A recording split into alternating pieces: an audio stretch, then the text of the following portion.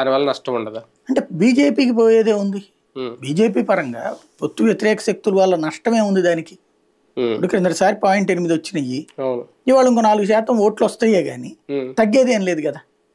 పొత్తుతో తమ బలం తెలుస్తుంది అంటున్నాను. అది తెలియదు, పెరిగిందా లేదా అనేది. సింగిల్ గా అయితే ఖచ్చితంగా తెలుస్తుంది. ఇప్పుడు ఇలా కలిసి వెళ్ళినప్పుడు ఎలా తెలుస్తుంది అంటున్నాను. అదే సమస్య ఇక్కడ. అంటే ఇప్పుడు సింగిల్ గా వెళ్ళడం అంటే తెలుగుదేశం పార్టీ శాంతం దెబ్బతింటుందని తెలుగుదేశం వెళ్తోంది. ఇప్పుడు వీళ్ళు సింగిల్ గా వెళ్ళాలన్నది ప్రతి కార్యకర్త ఫీలింగ్. క్రిందసారి 1% వస్తే ఈ దఫా అసెంబ్లీలో 5% దాకా వస్తే, పార్లమెంట్ లో 10% దాకా వస్తుంది అన్నటువంటిది చాలా బలమైనటువంటి ఫీలింగ్ ఉంది. కాకపోతే ఏంటంటే అధినాయకత్వానికి వచ్చేటప్పటికి ముందు ఫస్ట్ అపోజిషన్ అనేది తుడిచేయాలన్నటువంటి ఒక ప్లాన్ లో ఉంది. ఈ అపోజిషన్ లో ఈ దఫా కూడా కాంగ్రెస్ ఓడిపోయింది అనుకోండి.